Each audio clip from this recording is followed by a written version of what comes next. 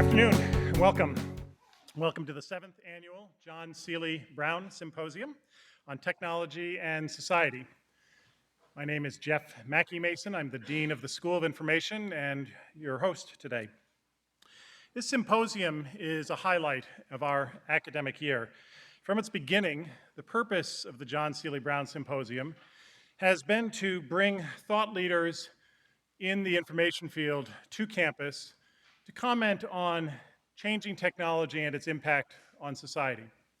Over the years, we've been very pleased to have a set of provocative and well-known scholars and practitioners who've spoken on things such as the changing nature of literacy, the impact of social networks on youth culture, and the growing potential for the manipulation of our personal digital histories by marketers.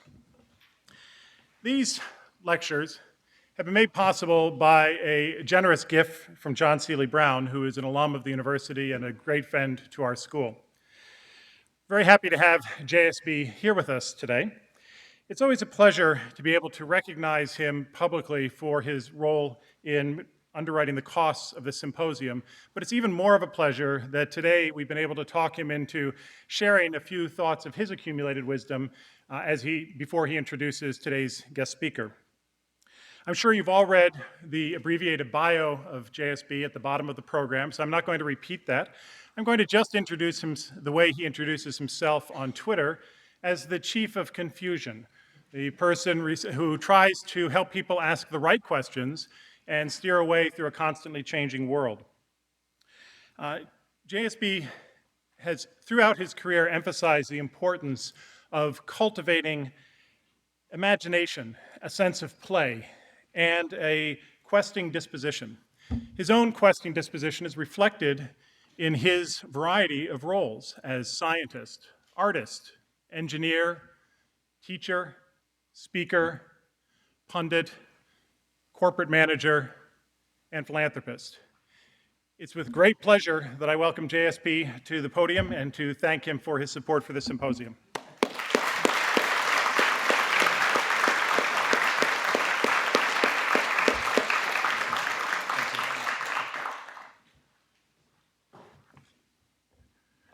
I must confess that there is, believe it or not, one thing you left out. Something I'm very proud of, but never makes it on my official bios, is I happen to have been the youngest licensed bookie in New York State. That actually equipped me with almost as much knowledge as being a PhD. So before I introduce our distinguished speaker following me, I was asked to kind of give a few words of why the JSB Symposium. I didn't know what to call it, John Seely Brown. I thought it was called JSB Symposium, and what a couple of us had in mind in creating this. Yeah, I don't think it's a great shock to anybody in this room that we do live in exponential times. And never has it been more important to think seriously about how do we all become edge dwellers? How do we live on the edge? How do we make sure we're not caught in certain ruts of how we saw the world even 5 or 10 years ago? But how do we kind of bring fresh eyes to bear? Key to that is knowing how to ask questions. And in fact, starting with Dewey and my own kind of belief is in many ways questions are more important than answers. And our ability to recognize that any answer should just be the beginning of the next question, I think actually captures the spirit of why in the world changing more and more rapidly should that actually be fun as opposed to frightening in terms of the power to think of these things as a questing disposition. Now, all of us in this room coming from SI kind of recognize that we have some very major forces at play right now. We have kind of like a 4-pillar system. We have the social world, social media world. We have cloud computing. We have mobile, and we have big data. And ironically, those things knit together to create a fundamentally new fabric that actually challenge virtually every aspect of how we work, learn, play, innovate, create, communicate, and we'll hear in a moment even how we have to think differently about how we come to know things. So I think we have huge shifts, and I think David will actually be able to convince us we may even have an epistemological shift of major proportion that we're walking into. But I think the catch is how do we kind of recognize that we may be at either a Precambrian, as David would say, or a Cambrian moment in which almost everything is up to grabs? And how do we actually step back and make sense out of that and move ahead? Now, many of you know I came from Xerox PARC, where Alan Kay made famous the statement, the best way to predict the future was to invent the future. Now, that euphemism has stayed with us many, many years, although people at SI would know that's not right, because what we really meant is the best way to predict the future is to enact the future, inventing the future versus enacting the future. Inventing the future is a technological or techno-determinism. A socio-technical approach says, no, it's a kind of a social point of view as much as a technical point of view. How do you bring these two things together? To me, it's incredibly important that the spirit of SI preserve this fundamentally socio-technical point of view of how do we enact the futures as we go forward and move beyond technological determinism in how we look at the world. And there are very, very few places that actually do that effectively. So for those of us who want to be edge dwellers, I think we have to move beyond just looking at this as technological breakthroughs, but in fact tackle some of the most significant problems that understand that we're all dealing in very complex social systems that defy reductionist approaches much of the time. So I think that's kind of what your training is about here. And my hope with the JSB Symposium was to have a chance to bring edge thinkers to all of us, including myself, to hear their questions and to ask them questions as well. Because as I said, questions I think are more important than answers. And our next speaker will actually show this in many ways. So I should say, no surprise, it is my pleasure to introduce David, who's this year's JSB Symposium speaker, who actually is kind of an incredibly acute observer of life in our modern networked age. And the idea of a networked age may be much more important than a digital age, although the two are somewhat coextensive. David is currently a senior researcher at Harvard's Law Berkman Center for the Internet Society and co-director of the Harvard Library Innovation Lab at Harvard Law School, and was a Franklin Fellow at the U.S. State Department. For those of us that know this, he is, in a bizarre way, the co-author of the bestseller Clue Train Manifesto, which Information Week called the most important business week since Tom Peters' In Search of Excellence, for which the Wall Street Journal called him a marketing guru.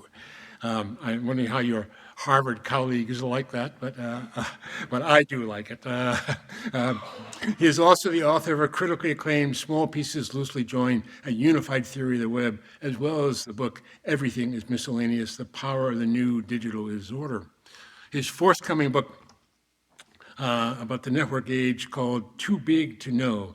The subtitle, according to Amazon, take it seriously, where you can pre-order the book, is Rethinking Knowledge Now That Facts Aren't the Facts. Experts are everywhere, and the smartest person in the room might just be the room. I had the unique pleasure of reading an advanced copy of this book in order to endorse it.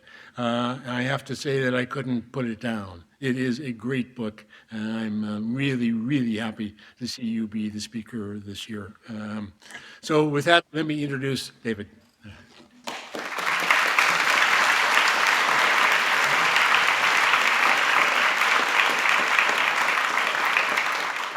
So encyclopedias just dissolve. Newspapers get disaggregated almost instantly within the time that hyperlinks happen. They get pulled apart and reassembled elsewhere.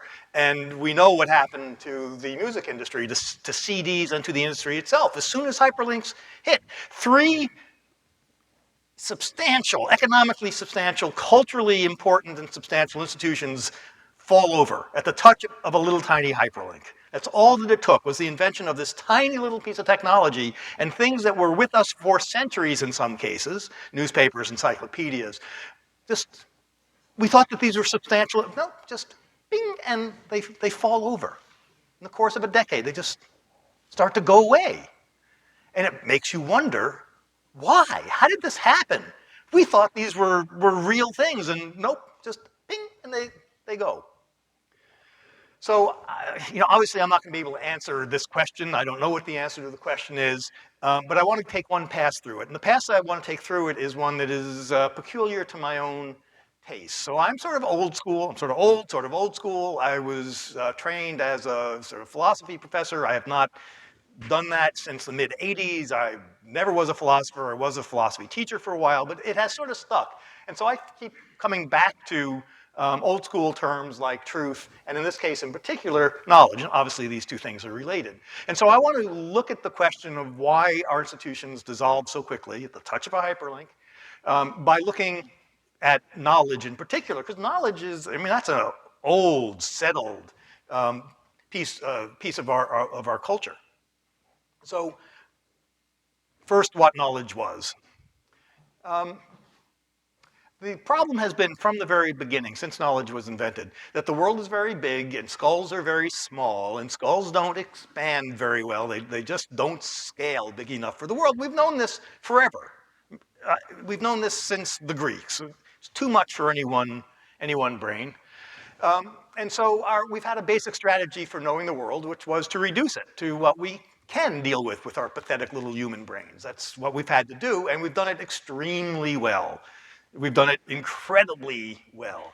And so one of the basic strategies has been to break off a brain-sized chunk of the world, something that it's just big enough for one human being to know, and declare that a topic, and you can become an expert at it, you can master it, and then we can go to you as an expert, and we can ask you a question, or we read your book, right? And we get an answer. And the answer, if you're genuinely an expert, is good enough that we stop and we can move on. Now we have our knowledge, whether that's a live expert or a book or whatever. And so our system of knowledge basically has been a system of stopping points.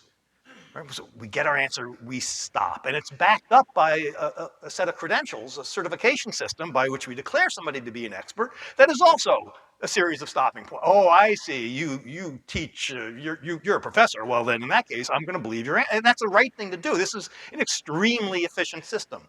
It's so efficient that we became the dominant species on the planet. It's a very, because we don't have to keep asking the same question over and over again. I can find out what the atomic weight of carbon is by asking an expert or looking it up in the externalized expertise of the book, and I don't have to run the experiment in my backyard.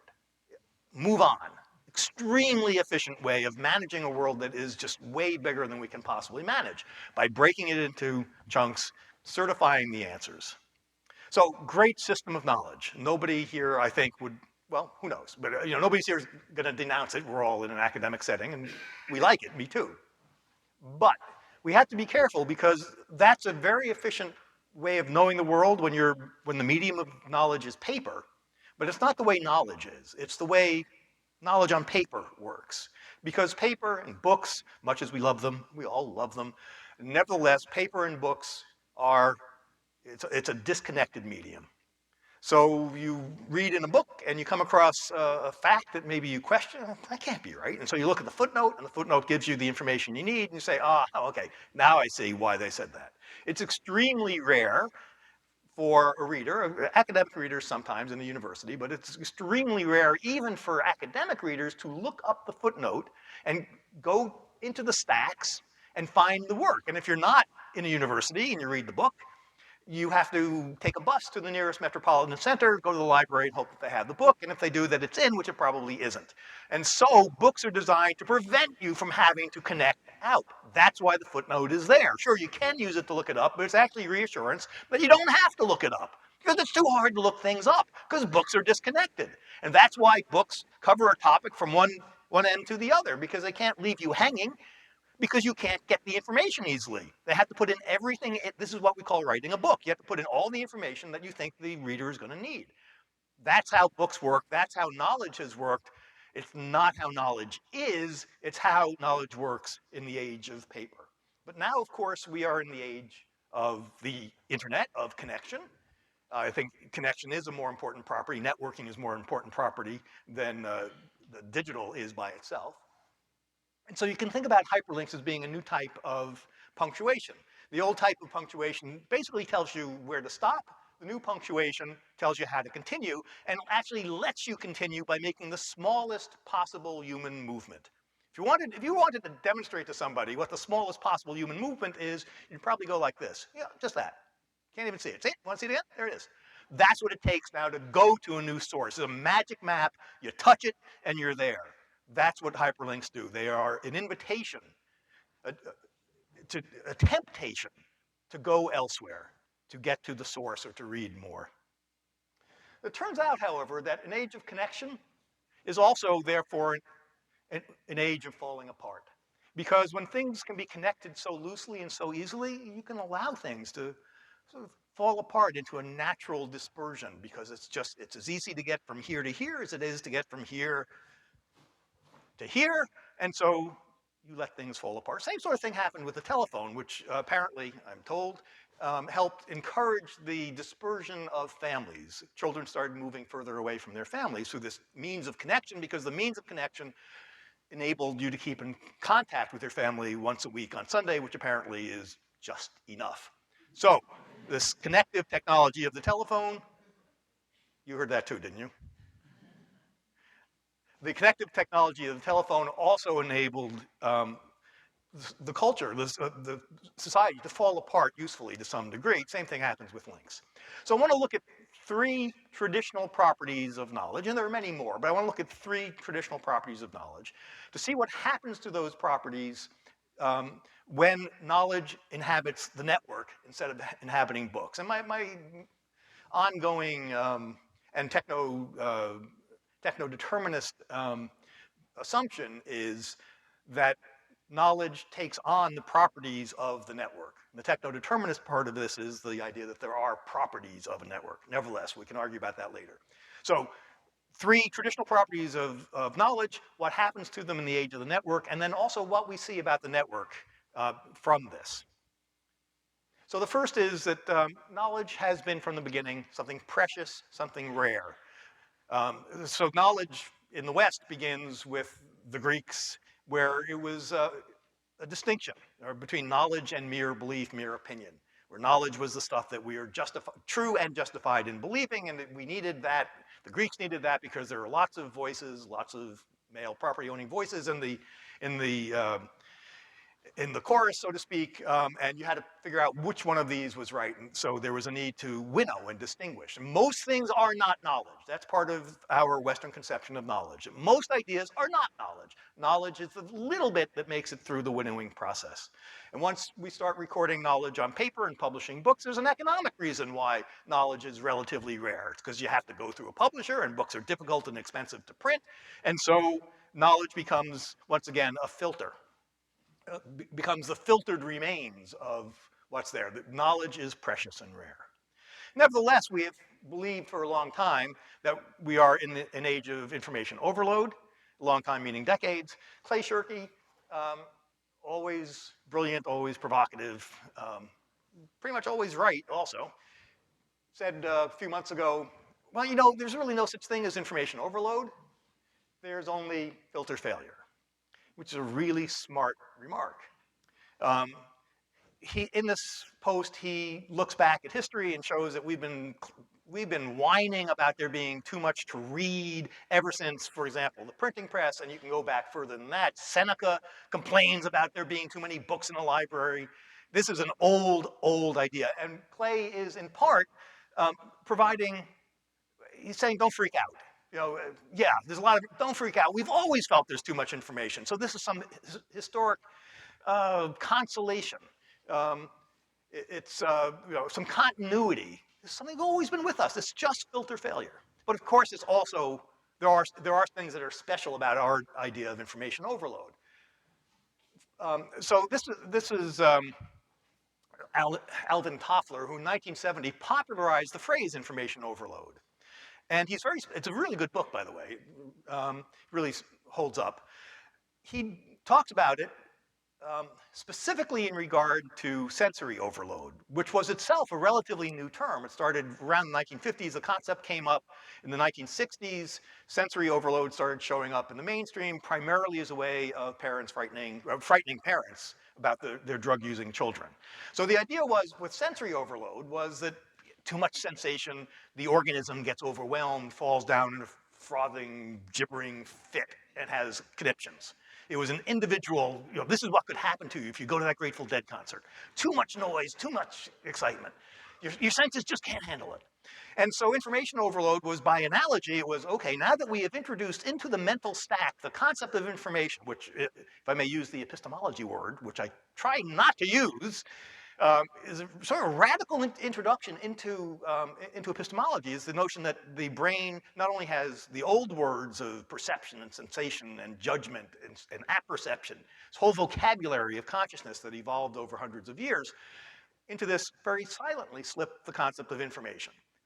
The brain also, somewhere in the stack is information. Maybe it's below sensation, maybe it's above. It doesn't, in my opinion, it actually doesn't fit into that stack at all. Nevertheless, we became convinced that we are information processors. So there's sensation, but there's also information. And so if the same thing happens with information, an overload of it, just too much of it, the same sort of thing will happen to you. That information overload, when the term arose and started getting popular in the early 1970s, meant something that could happen to an individual, fall down frothing on the ground, having a conniption fit. In fact, Toffler says that sanity hangs upon avoiding information overload. It was a psychological term. And so this term starts to spread very rapidly. And 1974, a study is published done by marketers. And so if you want to have a sense of what information overload meant at the time that it was conceived, this will give you an idea. So 1974, the study was of 192 housewives who were given 16 different brands, each of which had 16 different categories of information, and those categories were themselves binary. So it didn't give the housewife the number of calories, it just said high cal, low cal. Right? So it was already reduced. And the marketing study here, the study by marketers, revealed that poor housewives would be so overwhelmed by this amount of information that their cognitive ability would go down. This was like a Grateful Dead concert for 1970s housewives, according to this study. So if we look at this, this does not look like information overload. We wish we only had this amount. At the time, that's what information overload looked like. So over the course of the next couple of decades, what happened was that information overload not only increased, we had more and more, of course, information, and our tolerance for it went up, but it went from being, in terms of how we talk about it, you don't hear it very much as a psychological problem that could afflict somebody who has spent too much time on Google, that you're going to go crazy, it's going to snap your mind if you have all this information. Instead, it's taken up a different role in our culture, which is that it's become a description of the cultural weather. It is where we live. We just live. We live with it. We've got information overload. And if you hear a problem, it's that we're not getting the right information. We need more information of the right type. It's not this, oh my God, it's, I can't stand the information anymore. It has moved from being a psychological problem to just a fact of the environment. And this is a shift. So while I agree with Clay, I think that he makes an important and wonderful point that there is continuity here, there's also a bit of a disruption. Information overload has become characteristic of our environment in a way that it was not in the past. There's another change as well, which has to do with the nature of filters. So yeah, filter failure, but filters have changed. So in the physical world, when we filter things out, what we do is take the stuff that got filtered in, remove it and get rid into wherever, onto our shelves or whatever, and we get rid of everything else. So if you are on the acquisitions committee of your public library, you're making important decisions about what books you're going to bring into the library, your users do not see the truckloads of books that you rejected backing away from the library. Nobody sees what doesn't make it in. Instead, they only see what does. It's on the new and recommended shelf, and everybody's very happy. You did not, in the physical world, when you filter and you remove the dregs, people don't see the dregs. They often do not have the sense of what's been filtered out. That's hidden and masked from people, but that's not the case online. When you filter something online, when you put up a blog post of the 10 favorite astronomy sites, whatever, doesn't matter, and you put in the links to the sites, you don't make the other sites go away. All you do is make those 10 sites come forward. You shorten the number of clicks that it takes your reader to get to those sites because you have the links right there. But all those other sites are entirely still visible. Somebody can get to them. Somebody else, for example, another person puts up a post about her favorite pen. And one that was, way down on your list now is brought forward by that person. Or somebody does a search at Google or wherever for particular terms, and that brings one that, those things are still there. Filtering digitally means simply shortening the number of clicks that it takes to get to something without removing anything else. And furthermore, the search engines have an economic incentive to show us just how much they're not showing us. They do this all the time. 0.19 seconds. It does make you ask what you could do in your physical library in 0.19 seconds. Google, back, boom, 3 million results, which they're willing to show you if you're patient enough, but you're not.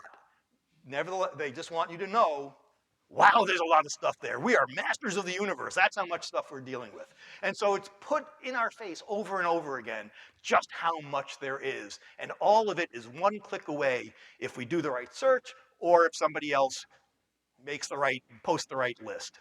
And so this, I think, has been changing in many fields our basic strategy towards providing information, where curation used to make a lot of sense, and still does in many, many instances.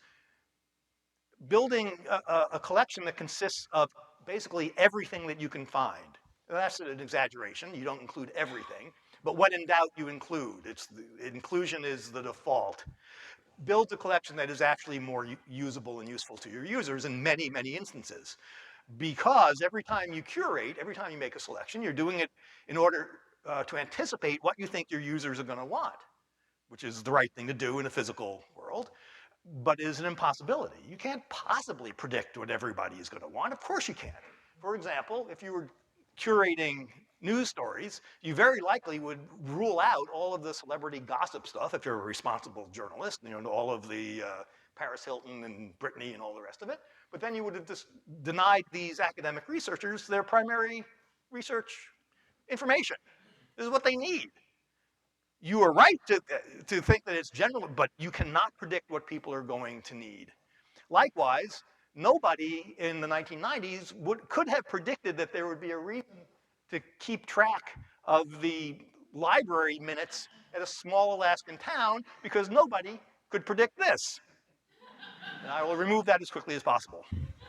Avert your eyes, and perhaps should have said. Sorry, I'm assuming some politics. You can take me up on it later. Okay, so history is just too squirrely. We can't predict what's going to happen, so there is no way to curate that will address all possible human interests and all the twists of history. So include it all, and we see the strategy over and over and over again now being adopted, even though it's counterintuitive in a paper world.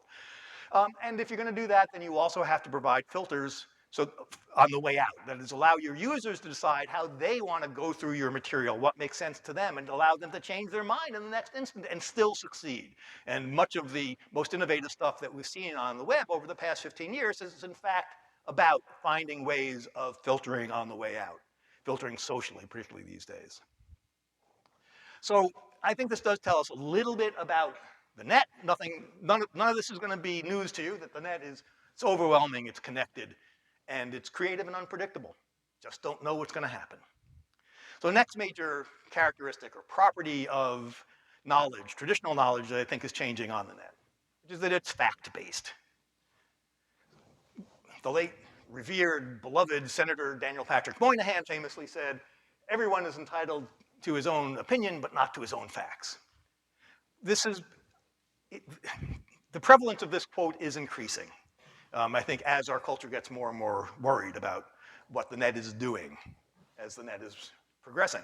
And sure, it's hard to deny this, but I think what we actually hear is something very comforting, which is it's going to be okay. We have facts, we can just focus on them, and we can all come to agreement because the facts are the same for everyone. So it's okay. It's a comforting statement. Well, okay, but facts are not eternal verities. That is, even the role of facts are not eternal. Facts are a very new historical phenomenon, and which should make us a little less attached to facts as the basis of knowledge. When Aristotle looked at the world, he did not look for facts. In fact, on the contrary, facts were beneath humans. Facts are what, in his case, are knowledge of particulars, is something that comes through the senses. We share senses with animals, and thus there's nothing particularly human about sensation. You know, that there is a bird or a bird-shaped object that has a red breast or is mainly red or gray or whatever. Animals can see that. We can see that too, but animals can see that, so it's not essentially human. It's not all that important. Particulars are not all that important. What humans can do distinctly, and thus what is our essence and our destiny, and we've taken this very seriously for 2,500 years, is look up a level and to see what all of these bird-shaped objects have in common, which is that they're birds. And then we can see how those things are different, this class of things, which is not a particular. You know, birdness is not a particular. We can see how it relates to, how it's different from, and the same as other classes on its same level. And so we build this order in which everything has its place, defined by sameness and difference. Birds that are, it's a bird because it's like these other things. It's a bird because it's distinguished from the objects at the next level up. That's something humans can do. That's what knowledge consists of. Knowledge does not consist of sensation. Too animalistic. It consists of the abstraction of universals. Even by the time of Francis Bacon, there was still, Francis Bacon added an important ingredient to facts. He made facts more appealing by saying, well, you know what? Scientific theories, they need to be based in facts. And so facts started to get some heft in our culture. Nevertheless, the value of this was not the facts. The value of this were the scientific theories, which are universals again. So facts start to creep in, but not as the primary object of knowledge. It was really only in the 19th century when facts came into their own as the bedrock of knowledge. And that was not for science so much as for social reasons, because it was facts that allowed the 19th century Victorians in England, for example, to argue against the class interests of the rich, of the upper class. It's a fact. You know, you might want to believe, sir, that your chimney sweep, who's a little boy who's fitting into a 7-inch square flue, you might want to believe that such little boys are healthy, they like doing it, and if they didn't, they'd all be pickpockets and drunks. You might want to believe that because it suits your interest, but the facts are, sir, that they die early, that, etc. Facts were used in order to free and set social policy. And that's when they really came into their own as the nails that hold down truth, as the very objects of knowledge. And so facts became something that's rare. It's hard to get facts frequently. Very expensive to do on occasion. There's always a cost. And put them together, and you get a picture of reality. They became the objects of knowledge themselves. So in 1847, Charles Darwin spent 7 years chasing down a single fact, whether barnacles are mollusks or crustaceans. 7 years. This was when he was putting off writing Origin of Species. 7 years working with little dissection tools, magnifying glasses, getting barnacles sent from collections all over the world, pulling them apart, coming to dinner every night smelling like dead seafood. But it was worth it. He established one fact. It took 2 volumes of excruciatingly dull prose, and Darwin is a magnificent writer. 2 volumes on barnacles in order to establish this fact. That's what facts were like. And once you established a fact, establishing it meant that you drove off all difference. You defeated your opponents, even though it had been thought that now you've shown, you have proven that the other thing is the case. Facts were about, and knowledge, therefore, were about driving out disagreement and difference. Then you go on the web. The web is composed of difference, of disagreements. If the web were literally carbon copies, anybody remember carbon copies? If every page was exactly the same as every other, the web would have negative value, in fact. But it's only because pages differ and get linked that the web has value. And when you do it, you point. When you link to something, you point to a page and you explain what the difference is and why you should go there. Here's a page that is hilarious, or here's a page that backs me up. Here's the source of my knowledge. Here's a page that expands it. Here's one that is hideously wrong. It'll make you furious. Generally you say what the difference is between where you are and where you're sending your user in this little act of of self-denial. It's a little act of generosity. You say, go away from my page. I'm going to entice you. I'm going to tempt you, because links are temptations. And so we are now in a knowledge temptation economy. Let me tempt you away from my site. Please go away from my site. I have great links here. This goes to go away from my site. Will you please? What do I have to tell you to get you to leave my site? This is exactly the opposite of how most commercial entities, at least initially, approach the net. And so we have a web that values difference, that manifests differences, that are built out of differences, that has value because of these differences and disagreements. And furthermore, to the despair of many, it has made obvious a very old truth that was true all along, but was hidden to a large degree by the nature of our previous media, which is that we really, darn, one slide too many. 2 slides, how'd they do that? No, I'm going the wrong way now. Don't look at what's on the screen, it's the, there we go. We really, really, really don't agree. We disagree about everything. There is nothing on the web that everybody on the web agrees about. I defy you to find. I'd love to hear it. There is nothing that we all agree about. And that was always the case. The planet never agreed about everything, but we didn't see that because we couldn't hear all of those voices, because many of them were marginalized. This is the way the broadcast media worked. It can only pick a few. It picks the ones that it likes, the things that it thinks are safe. And so we just didn't hear the local disagreements coming through the airwaves and through the print economy. Now we do, and we know. We know that we don't ever agree, and I will make a prediction. We will never agree about anything, and my evidence for this is all of human history. We will never, ever agree. It's now fully in our face. But this is not a cause for despair. I think actually there's a great deal of hope here as we watch mechanisms arise for coping with these disagreements. And some of those mechanisms are bad. They're insidious. They're walling yourself up with only people who sound like you. But that's not the only thing that we do when confronted with difference on the net. So we are seeing a dramatic rise in the concept of namespaces. Not always called that, but that's what they are. A namespace, as you well know or probably know, is a set of terms in which each term is unique, each identifier is unique, and is assigned according to some internal set of policies. The great thing about namespaces is that you can have an object can be in multiple namespaces with multiple names.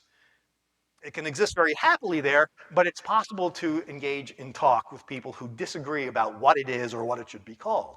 It's very evident in biology, where scientists just don't agree about how to taxonomize the entire world. There are lots of areas of disagreement. Doesn't matter. They don't have to break off and say, those people who taxonomize it this way, they're idiots. They don't want to know anything that they know. They have nothing. That's not what happens. What you say is, okay, well, we disagree about an important question of taxonomy. Nevertheless, we're both talking about that fish. Let's get past the naming thing and let's pool our knowledge. So namespaces are a magnificent way of dealing with difference without erasing it, enabling us to live with difference fruitfully. We also see, and JSB mentioned this, we're also seeing this connected abundance arising that's creating big data that's very unlike, in many ways, unlike the old, let's say, 19th century or more modern idea of facts. So at data.gov, just take one example, you can click and you can get raw data. That is stuff that has not been checked for accuracy or for consistency, because there's value in that. Well, that's not how facts are supposed to work. You're supposed to work hard, 7 years at your bench to establish whether barnacles, you don't put it up when it's not ready and you don't know. But it turns out there's great value in doing so, as long as the metadata lets you know that this is raw data and it may not be right. And so what we're seeing emerging is, I think, one of the most important developments in modern history, which is the rise of data commons. Large clouds of data, huge clouds of data, massive amounts of data set free to be connected, linked up, trawled, abused, because that certainly will happen. That's the price of these things, and used. The linked data standard, which was promulgated by Tim Berners-Lee, Sir Tim Berners-Lee, yet another gift that he has given us, is a really important standard that allows data commons to exist and to be fruitful, even as the data is inconsistent and much of it untested and raw. And so it seems to me that we are now in the age of the great unnailing. If facts were nails that pounded things down and occasionally pounded nails into people's head, we are in the age of unnailing. Pulling up the nails, letting the data out in its various forms with enough metadata attached that we're able to assess how usable it is, how useful it is, and that this is freeing so much information, so much data that we are in the process now of making strides in areas where we thought strides could not be made. So sure, everyone is entitled to his own opinion, not his own facts, but I probably should point out that this is an unattributed quote. Nobody's exactly sure who said it. So even this, not a fact.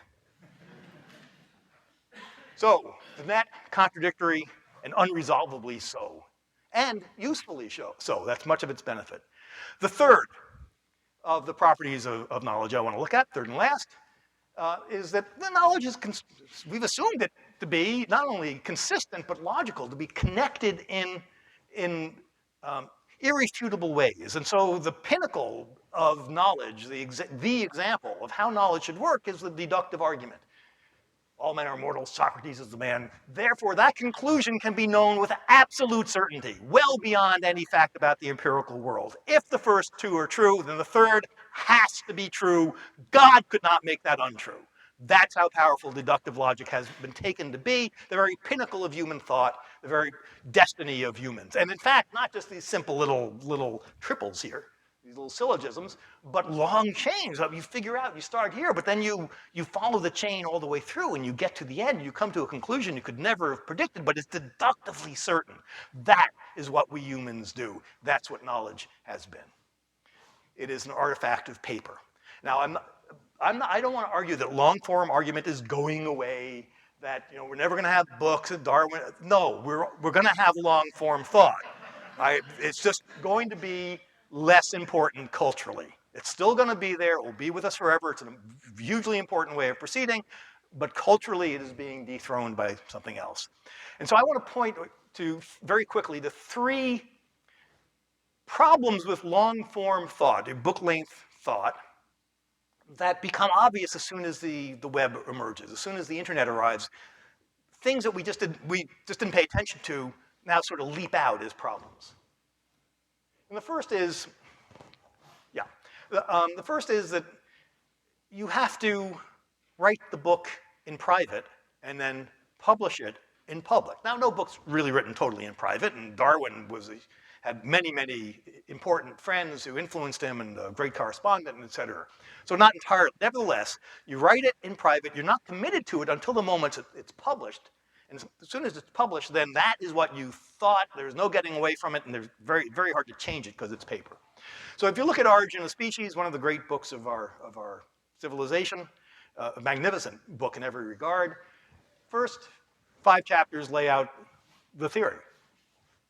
The next 6 chapters deal with objections. And to a large degree, these are objections that Darwin, sitting by himself, is imagining his readers might have. He is anticipating objections, because that's what you have to do when you're writing a paper book.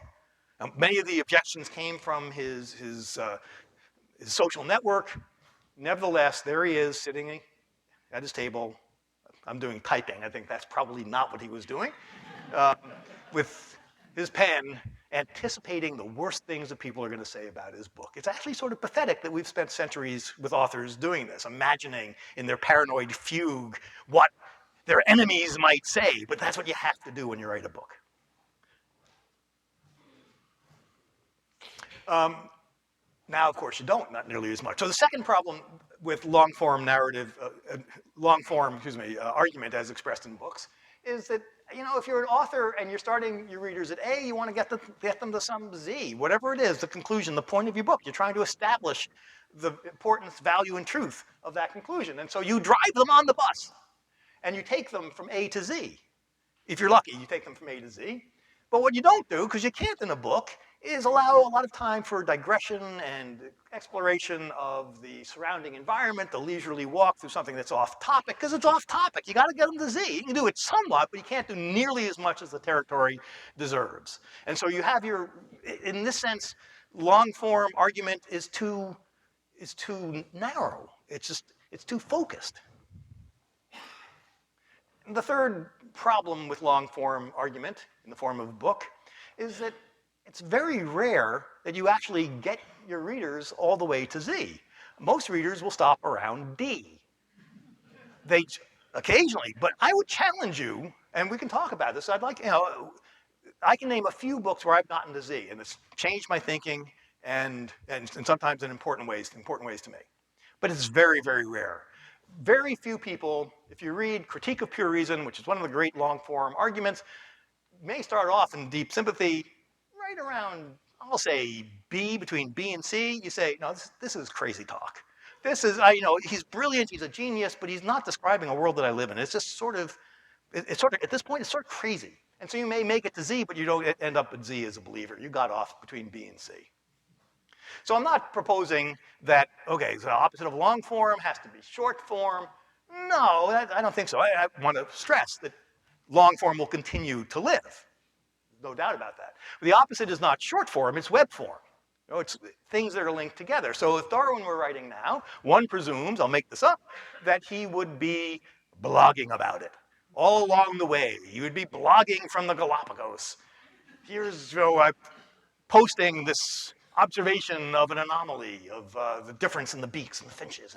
And maybe he would figure it out, maybe somebody else would figure it out in the comments, doesn't matter. He'd be posting all along the way in conversation with the people that he was talking with, and people who became readers of his works, people who took up his ideas, and travel agents booking trips to the Galapagos were influenced by Darwin's ideas. We would see this conversation unfolding, and his work would be enriched by it. The long form, he may well have written the long form work and posted it. It's a magnificent work of literature. I would hope that he did. Nevertheless, even posting a long form work, people are going to talk about it. That will be the web. That web adds value to the work. And sometimes it detracts value because there are a bunch of stupid people who get it wrong and propagate the idea, so it's not all goodness and light. Nevertheless, the effect overall of putting something on the web is that in terms of knowledge, is that it enhances it, it enriches it. Questions that Darwin hadn't thought of get asked, maybe somebody else answers them. No, here's what Darwin meant by that. This is what happens right now in our world all the time. And so web form thought, I think, is the alternative to long form. Long form will continue. So what do we see from this? Well, the net is loosely connected and is held together by interest. And it may just turn out that the world maps more closely, sort of less to arguments than to messy webs of connections and of differences. That God may think less in terms of long-form argument and more in terms of messy webs. Okay, so those are three properties of knowledge that change, I think, are being affected by the net, but taking on the properties of the net, just as knowledge had taken on properties of paper. But I want to come back to this original question, and very briefly, which is, okay, so why were these important institutions, why were they so fragile? First touch of a hyperlink, they fall over. And I know that there are serious and important ways of addressing this in multiple fields. You can extend this list, and I'm certainly not pretending that there is a single answer and I have it. I'm not pretending either of those things, that there is a single answer or that I have anything. Nevertheless, my way of, by my background and interests, I have a particular way of thinking about this, which is that the internet has had the effect that it's had, to a large degree, of overturning settled institutions because the internet is more true. It's a truer expression of human interests, of who we are.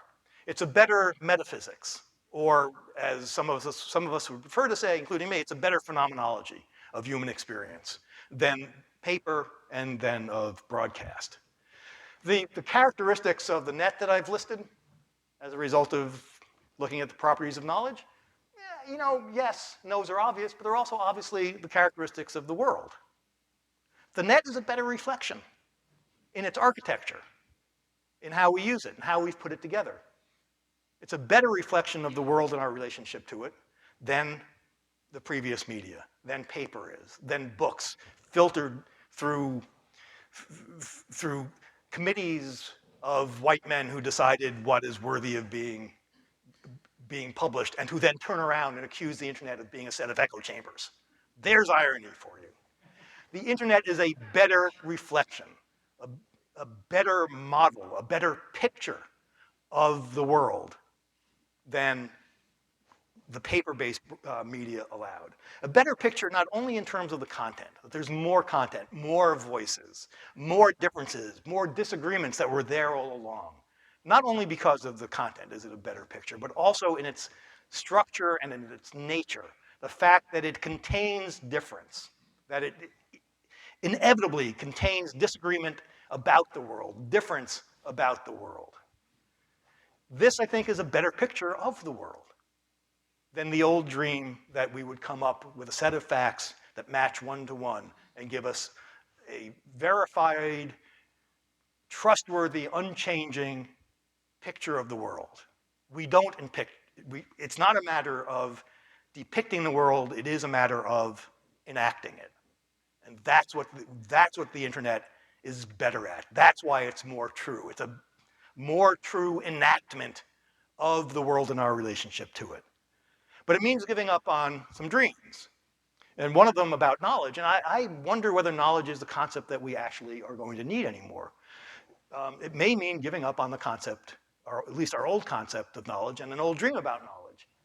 Because it turns out that what we have in common is not a single knowledge that we can work together and decide upon and all agree upon. That's not what we have in common. What we have in common is a world and an earth about which we profoundly disagree and always will. Thank you.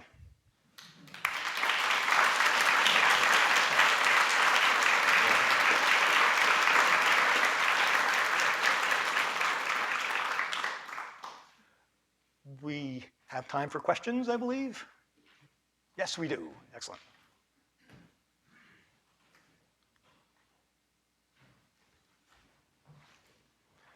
Don't make me ask myself the first question. It's going to be a softball one.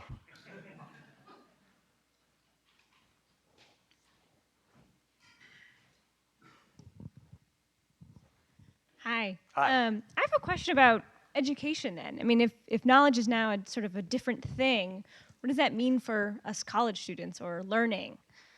How will that, how do you think that'll affect the systems that are in place now? Oh, I don't know. On the one hand, there is I've done a card trick here, which I need to expose, which is that part of what's happening also is that knowledge is being commoditized in a very useful way. It's exactly what we want to have happen, just as almanacs commoditized facts. One example, and almanacs are incredibly useful.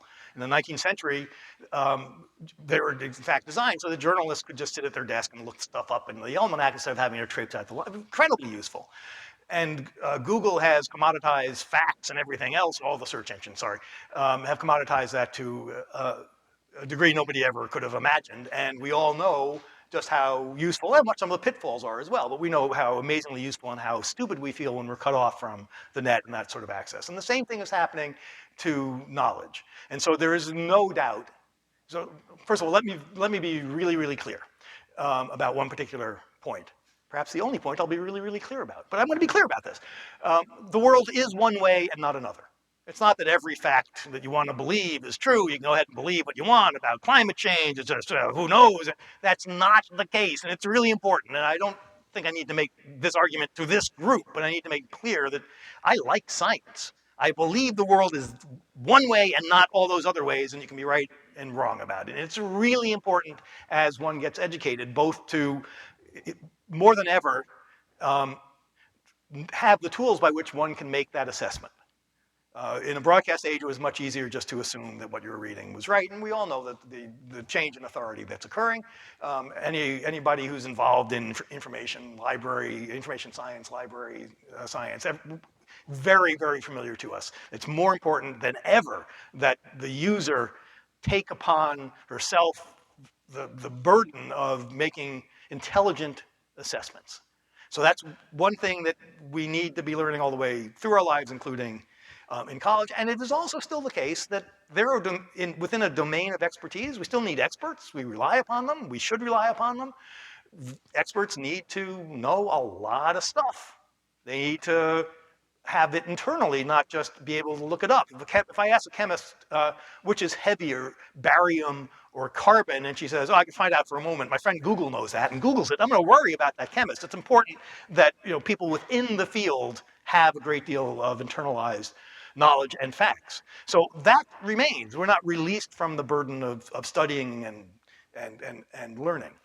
But we are now enabled to engage in different types of learning, and in particular, this is going to be very familiar, and I don't want to, collaborative learning, learning as a public act rather than as a private act. We've had the notion that teaching students is building up their inner capability, and there's some validity to that point of view, but we're doing it in collaboration with other students, and students, in my opinion, should learn very early on that the act of learning should be it's not just to make you better selfishly, because you're going to benefit from it, it's because it makes all of us better. And so any acts of learning that can be done in public by building, for example, wikis, as we were talking about this morning, having students build wikis, do their work in public as far as they're comfortable doing it, in order to make the world smarter about whatever their topic is. Their 6th grade wiki on the causes of civil war. Great, make it public. So we certainly will learn differently, and as we know, we already are. We'll learn collaboratively. I hope that we will focus to some degree on not just making smart people, but on building smart networks. Because the internet can make you stupid. We've seen that happen. It's a real danger, but it can also make us incredibly smart. And that's a conscious act. I'll just say one more thing. I know world's longest, gas-baggiest answer. The fact that this is the echo chamber argument. So the fact that there's so much choice, this is the argument, that we therefore choose the media outlets, so to speak, that we're most comfortable with. We end up reinforcing our beliefs and, in fact, becoming more extreme in our beliefs. Thus, the internet leads not to increased openness, but to increased polarization, the Cass-Sunstein argument. And there seems to be, we've seen that happen. We know that can happen. I am not at all convinced that it's an overall characterization of the internet. The question of how much is happening is extremely difficult conceptually. It is extremely difficult to figure out how you would address that question through research, but it's an important question. But in one sense, it doesn't matter. It doesn't matter what the results of the research are. We do know, I think we all know, if not, let me know, that we humans tend to like to be reassured in what we believe, that it's difficult to change our beliefs entirely, that we will hang out with people who are like us, and thus, no matter how much the echo chambers are happening, doesn't matter. What matters is that we know we have this temptation to stay comfortable, to not learn, to not be changed. And so we need, as individuals and as a culture, to figure out how we can open ourselves up to more points of view and more differences respectfully. The world is really diverse, and we will all die unless we figure this out. So we have a pretty good motive for doing so. It only makes me slightly hopeful. It seems like you're putting good language to a time in modernity where we were trying to break things down to its bare essence and find out what is at the core of something. And now we're like in an age where we're trying to, like subatomic physicists are looking at energy in relationship to other energy. At one point in your talk, you mentioned how the conceptualization of how like our thinking itself is thought of in terms of bits and bytes, and then you said, but that's not how I think about thinking, or something to that effect. Could you? I have no recollection at this time. I might agree with that. I'm not sure. So what is it that? Well, I'm curious if you could talk about that. It seemed like you were saying um, we think about thinking in terms of bits and bytes, like, Yes, I know what. Yes, okay. but Yeah, you the think, insertion of information into the epistemological stack. yeah, thank you. Yeah. But you think of thinking differently, and I was wondering if you could carry on with that a little bit. The point I was trying to make was that we have a tradition in the West, a pretty well-defined tradition of that gets modified over the course of hundreds of years, of new terms and so forth, about how consciousness works, what terms you need to explain thought. And they are traditional terms like perception, apperception, sensation, judgment, and so forth. And then suddenly this new term that comes out of science, and information, as far as I can tell, is a pretty much undefined term outside of the very rigorous definition in information science, which is exactly what nobody means when they talk about information, except information scientists. Um, the James Glick book, The Information, which I've only just started, seems to be magnificent, although I think I disagree with his general premise, which is that information is, there's a continuous history of information. I have not read it yet, so I'm not yet ready to criticize. Well, apparently I am ready to criticize it. I've read about it. First chapter, fantastic. It makes my insides curdle up as a writer to read it. It's so good. So there's this term that comes out of nowhere, it gets taken over, right? I mean, it had a meaning before Claude Shannon. Claude Shannon took the meaning, and that's fine. People do that all the time.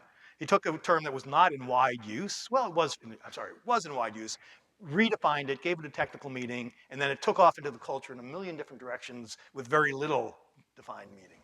And so to just sort of blithely assume that the brain is an information processor, it seems to me to be a problem. Now, not everybody who says this blithely assumes it. Some people have thought deeply about it. Nevertheless, I think there are reasons not to think that the brain is not dealing with information.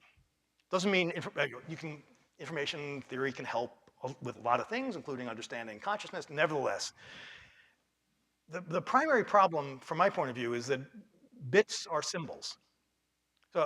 So Ray Kurzweil, who many of you will know the work of, has been for Age of Spiritual Machines, I think it was about 10 years ago, a book that wondered, when will personal computers be powerful enough that I can model the 100 billion neurons in my brain and thus pour my brain into my K-Pro or whatever, and it will live forever. So long as I have backups, I'm good.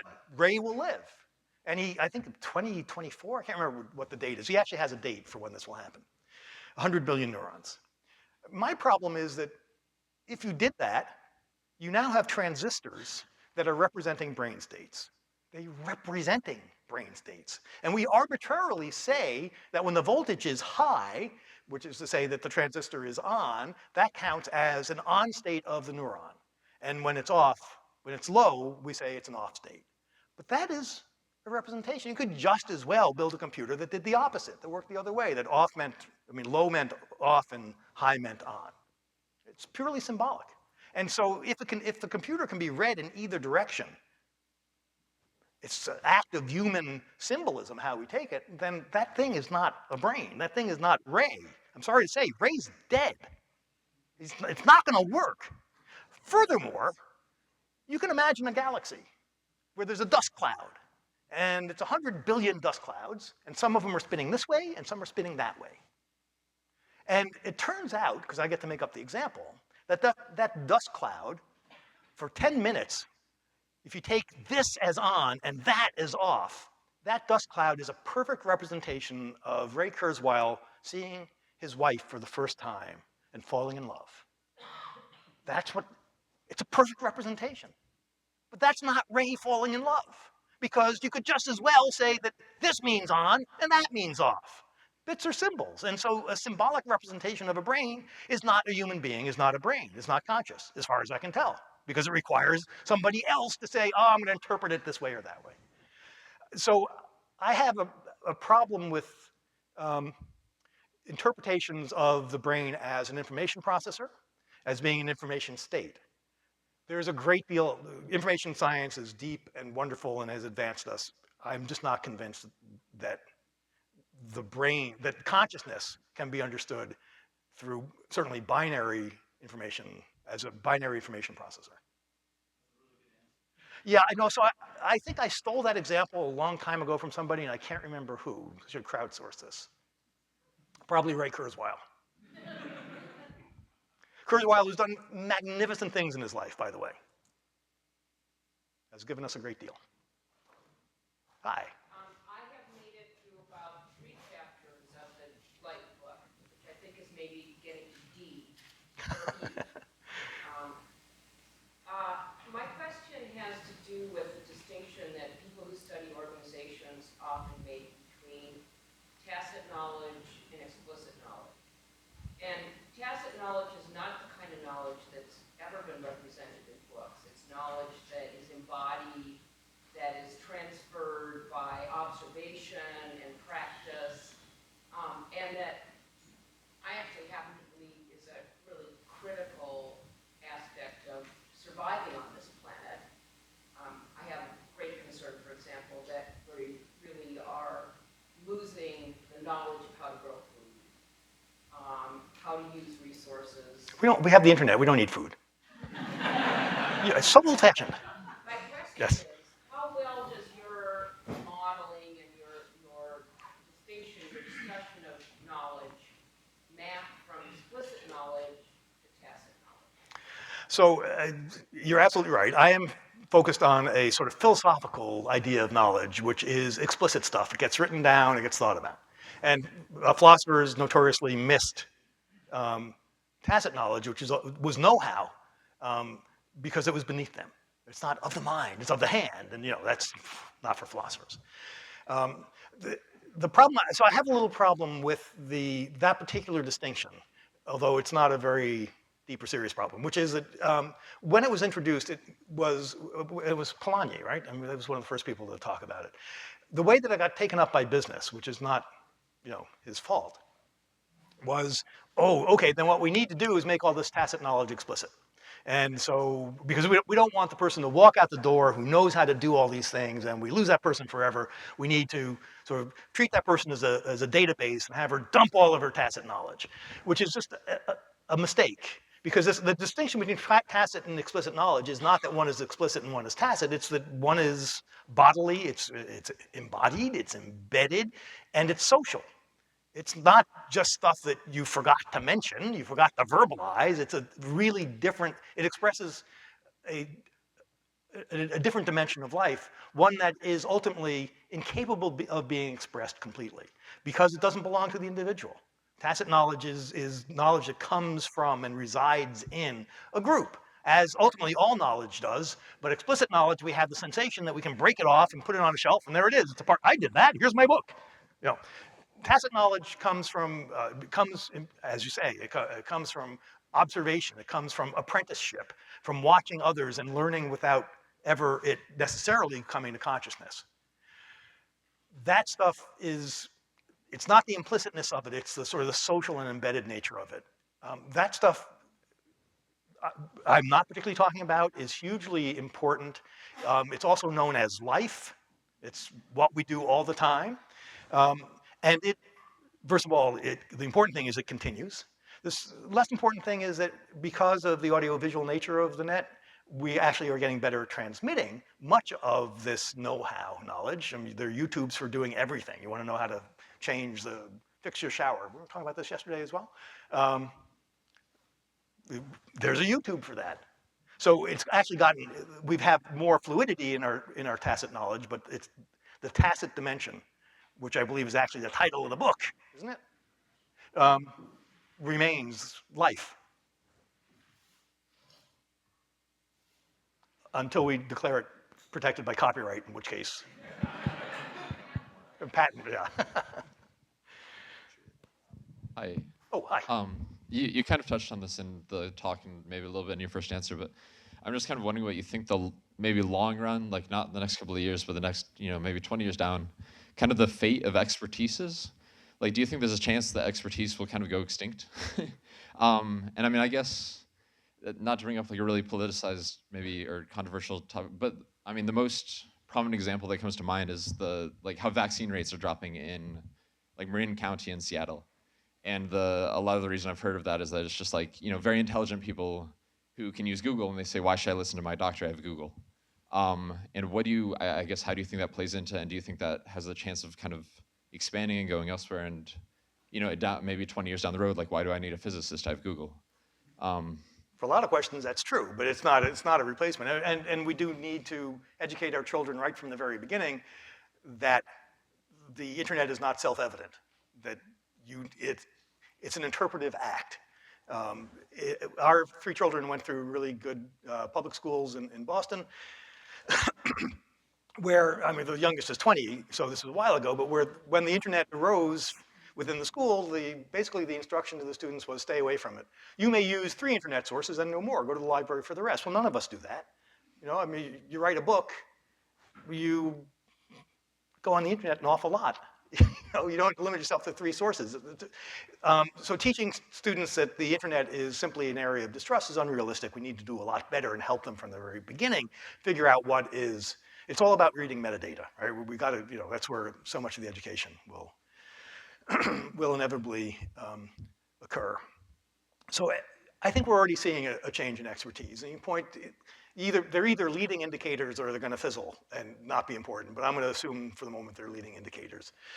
So there are consulting companies that increasingly are getting uncomfortable, and their clients are getting a little uncomfortable with slapping down. Here's a question, boom, here's the answer, $100,000, here's my $100,000 report, boom, read it, and that's it.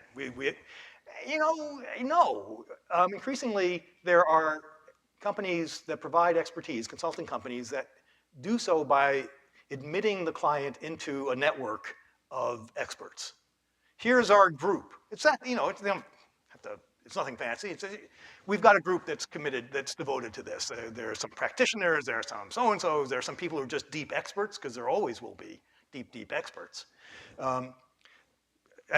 Feel free, anytime you want, you can ask a question to the group and they'll bat it around. That is, they will disagree with one another. And out of that disagreement, you will get a better answer, and a more realistic answer than the illusion of the $100,000 report that's slapped down.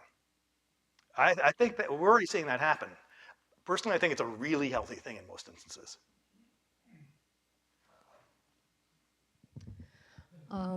Thank you for a very interesting talk. My question is, it seems like books are, people are still going to publish books. I mean, your book is coming very soon. So what is your vision about a future book that basically take advantage of the web features? I'm really terrible at predicting the future. So I'll answer this. Well, Acted though. Well, yes, we all do. And I think what we see enacted right now is the rise of, one of the most interesting things around is the rise of Kindle singles. The books are assuming a natural shape and length. The hyperlinks, I assume. I mean, no, it doesn't. That's a great weakness of Kindle. One of the great disappointments of Kindle is that the first ebook that gains presence uses a network only to sell us more stinking books. It's on a network. They could do something with that. If only there were somebody here who hasn't. But that'll come. We're already seeing that. As soon as Kindle moved to tablets and tablet readers, they're all becoming more social and more linked. So there's the future of the book is actually, therefore, asks several questions. What happens to publishing? I think it dies. I don't think that's much of a prediction at this point. It gets so transformed it might as well be dead. It's the same thing as with the music industry. If they hold on, it will be by introducing artificial scarcity, which will be will be a tragedy for our culture, and it may well happen. Nevertheless, it seems like what we as a culture want to have happen is more writing, of course more multimedia too, but you asked about books, so more writing, more links, shorter, more pieces that can get pulled together, more interactive, more social intelligence around it, and beyond seeing in the novel you're reading that 180,000 people underline this particularly salacious bit of the text that you don't even know why they did. Way more intelligent than that. The library group that I co-direct has been working on something called Library Cloud, which is an attempt to build a consortium of libraries and other such entities to contribute metadata.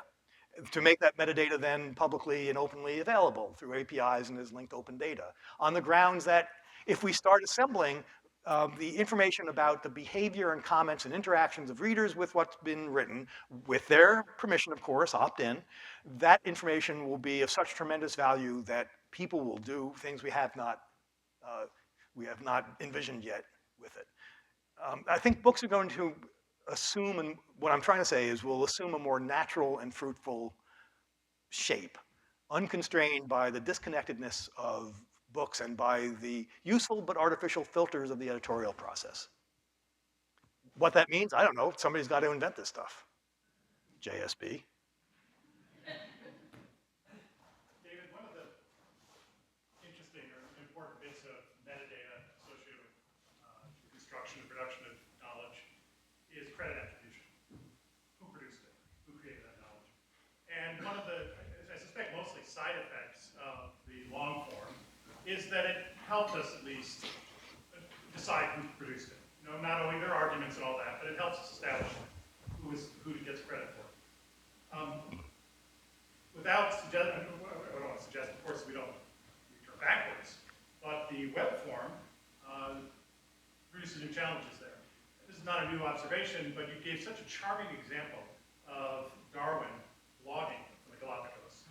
And so I wonder what your thoughts, if you have any, are about whether or not we would attribute Darwin's theory to Darwin if he had been creating it in web form. Does that matter? Do we care about credit attribution? What sorts of solutions do you see for this in web form knowledge production that might help us not give up credit attribution while we gain all the benefits of web form production? What an excellent question. So it's hard to imagine that we would give up our, I'll say human, but it's actually Western desire for credit for what we do. That seems to be pretty deeply baked into us. Although, so I've gone through this entire talk without using the word Wikipedia once. You're welcome. But I'm about to.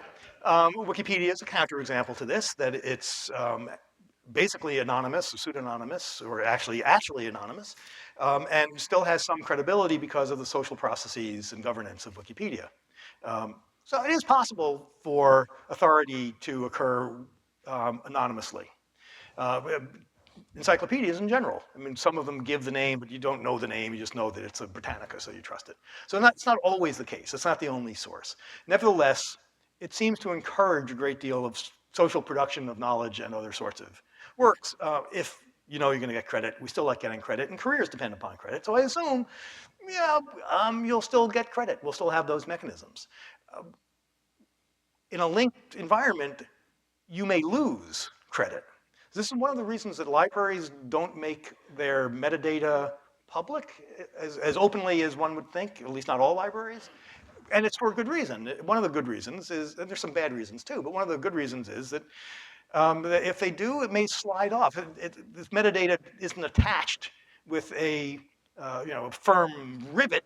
It could get peeled off, somebody else could get it wrong, maybe they get the dates wrong, and now this is circulating. It says it comes from our library, but the birth date is entirely wrong, and there is real danger there. So I assume, but I don't know, because I'm sort of a market-driven guy, that if there is an actual need for credit, as I think there is, not in all cases, but, and if there is a problem with credit being stolen or credit falling apart, that we will invent mechanisms. We will be motivated to invent a mechanism by which we can make sure that this article that I thought you wrote, you actually did write, and Darwin didn't, or Wallace didn't, So it's not much of an answer except to hope that the web responds to needs that way. I don't know how it will do it.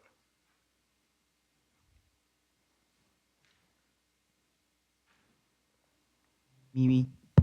Hey, this hasn't been on for a while, so none of those questions have been recorded. So it sounds to me like the web thought, you're making a claim that it's a more natural form, and it seems to me, or to I'm making that claim. That it seems to me to kind of almost represent conversation, which is obviously a very natural form for social beings such as ourselves. And so I'm wondering then about, web-enabled conversations that where do they begin? Where do they end? Where are the boundary spaces that, one, enable us to assign accreditation or just to manage them in some respect? And do you think that maybe namespaces may be one of these socio-technical mechanisms for helping manage web thought and how that might work? Okay, so first of all, the connection of namespaces to your question, Dean, is actually a really, yeah, that's what I meant. Namespaces are, in fact, one good solution to this, approach to this, where there is a place in which we know that the work is associated with a particular identifier, and we're confident the identifier is being maintained in an authoritative way. Authority files yes, it is basically conversational. So the question is too generic though, where these conversations take place everywhere in every form. They each have their own norms. If they don't, they should. Some of them have explicit norms, some of them are implicit.